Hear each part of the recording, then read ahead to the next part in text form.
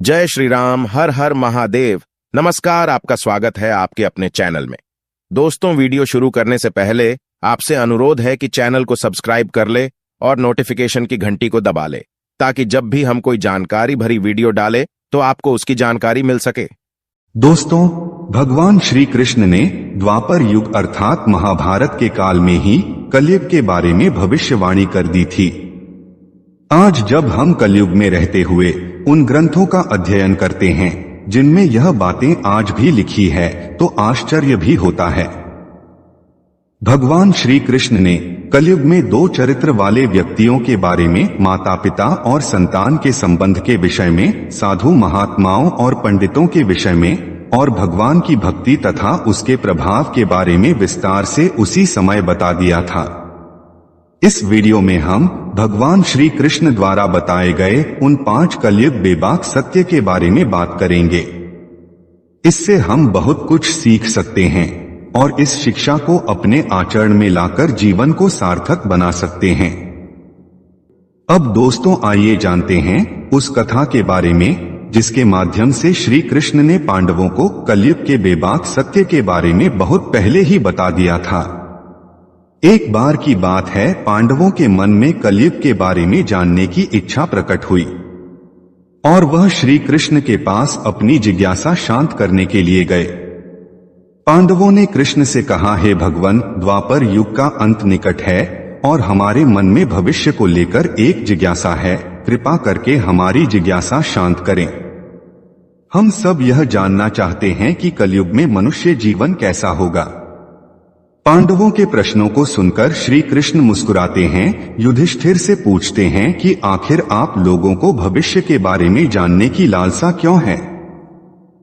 इस पर युधिष्ठिर उत्तर देते हैं कि भगवान निर्दोष और पाप रहित होते हुए भी जिस प्रकार हमारी दुर्दशा हुई है, आपने इसका कारण कलयुग का प्रभाव ही बताया था। वह कलयुग जो अभी आया भी नहीं है, उसका प्रभाव कितना हानिकारक है, इसकी कल्पना भी करना कठिन है। इसलिए हमारे मन में जिज्ञासा है कि जब कलयुग अपने चरम पर होगा, उस समय मनुष्य जाति का क्या होगा। युधिष्ठिर के प्रश्न के उत्तर में श्री कृष्ण ने पांडवों को वन जाने को कहा और निर्देश दिया कि वन में भ्रमण करते समय जो कुछ भी दिखे उस पर ध्यान देना और वापस आकर मुझे बताना। श्री कृष्ण की बात सुनकर 5 पांडव वन में चले जाते हैं और भ्रमण करने के बाद वापस श्री कृष्ण के पास जब आते हैं तो एक एक करके उन्होंने जो देखा था वह विस्तार से बताते हैं। सबसे पहले युधिष्ठिर ने बात शुरू की। युधिष्ठिर जी ने कहा, उन्होंने एक हाथी को देखा जिसके 2 सूंड थे। सामान्यतः द्वापर काल के हाथियों में भी एक ही सूंड हुआ करते थे।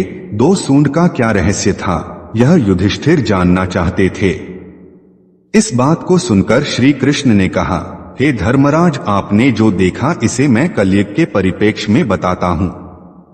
कलयुग में ऐसे लोगों का राज्य होगा जो 2 तरफ से मानव जाति का शोषण करेंगे। वे मानव जाति के हितैषी बनकर भी शोषण करेंगे और शत्रु बनकर के भी शोषण ही करेंगे। ऐसे लोगों के मन में होगा कुछ, बोलेंगे कुछ और करेंगे इसके ठीक विपरीत। ऐसे लोगों पर भरोसा नहीं किया जा सकता, लेकिन ऐसे ही लोगों का वर्चस्व होगा और सामान्य व्यक्ति इनके द्वारा शोषण का शिकार होगा। युधिष्ठिर जी की जिज्ञासा का समाधान होने के बाद महाबली भीम ने भगवान श्री कृष्ण से कहा, हे वासुदेव, वन में मैंने एक गाय को देखा जो अपने बच्चे को प्यार से जीभ से चाट रही थी, लेकिन जिस जगह वह चाट रही थी, चाटते चाटते बच्चे को घाव हो गया और वहां से रक्त निकलने लगा। श्री कृष्ण ने भीम के उत्तर में कहा, यह कलयुग के उस प्रभाव को दिखाता है जब मनुष्य अपने बच्चों से इतना आसक्त हो जाएगा कि बच्चों का विकास ही रुक जाएगा। हर मनुष्य साधु को सम्मान देंगे, उनके दर्शन करने जाएंगे, लेकिन अपना पुत्र साधु बनने की ओर अग्रसर हो तो हर संभव प्रयास करके उसको सांसारिक जीवन में लिप्त करने का प्रयास करेंगे। अगर फिर भी किसी का पुत्र साधु बन जाता है तो माता पिता को बहुत दुख होगा। कलयुग में लोग बच्चों को मोहमाया में, परिवार में ही बांधकर रखने का प्रयास करेंगे। श्री कृष्ण ने आगे कहा कि पुत्र को पत्नियों की अमानत समझना चाहिए और पुत्रियों को पिता की अमानत। इस शरीर को मृत्यु की अमानत और आत्मा को परमात्मा की अमानत समझकर ही व्यवहार करना चाहिए। इसके बाद अर्जुन ने कहा, हे केशव, वन में मैंने एक पक्षी को देखा जिसके पंख पर वेदों के श्लोक लिखे हुए थे और वह एक मृत जीव का मांस खा रहा था। इस बात का कलयुग से क्या संबंध है? अर्जुन की बात को सुनकर श्री कृष्ण ने उत्तर दिया, कलयुग में ऐसे लोग होंगे जिन्हें विद्वान कहा जाएगा, क्योंकि उन्हें किताबी ज्ञान तो होगा लेकिन उनके अंदर मानवीय गुणों का अभाव होगा। ऐसे लोगों की मंशा यही होगी कि वह दूसरों की संपत्ति को साम दाम दंड भेद किसी भी तरीके से अपना सकें। अपनी महत्वाकांक्षा को पूरा करने के लिए वह किसी भी हद तक जाएंगे। कितना भी संपन्न व्यक्ति क्यों ना हो, लेकिन उसकी महत्वाकांक्षा हमेशा उससे बड़ी ही रहेगी। पूरा संसार ऐसे लोगों से भरा होगा, वास्तविक संत तो केवल चंद ही होंगे। अर्जुन की जिज्ञासा शांत होने के बाद नकुल ने अपनी बात रखी।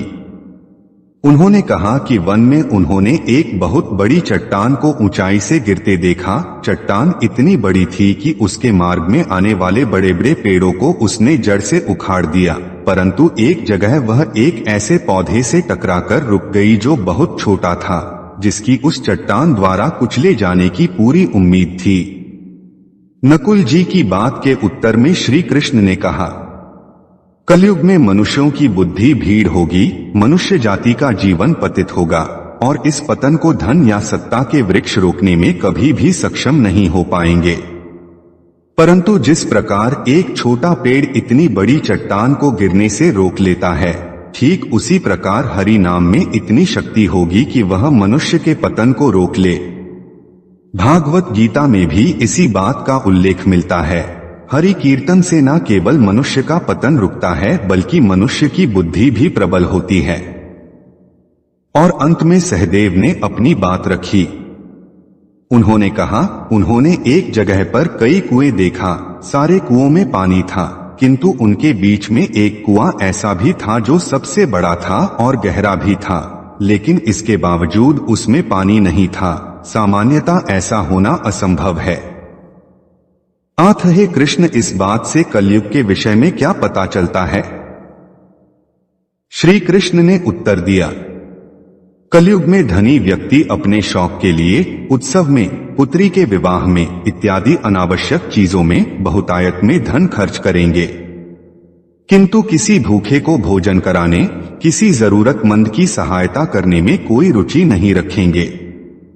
इंद्रियों की संतुष्टि, मांस मदिरा का सेवन इत्यादि वसन में धन खर्च किया जाएगा। ऐसे लोग बाहर से प्रतीत होते हैं कि वे संपन्न है, किंतु जिस प्रकार बाहरी संपन्नता में आंतरिक शांति लुप्त हो जाती है, उसी प्रकार ऐसे मनुष्यों की आंतरिक गति शून्य हो जाती है। ऐसे लोग अंदर से खोखले हो जाते हैं, जैसा कि वह बीच वाला कुआं गहरा होता हुआ भी जल विहीन था।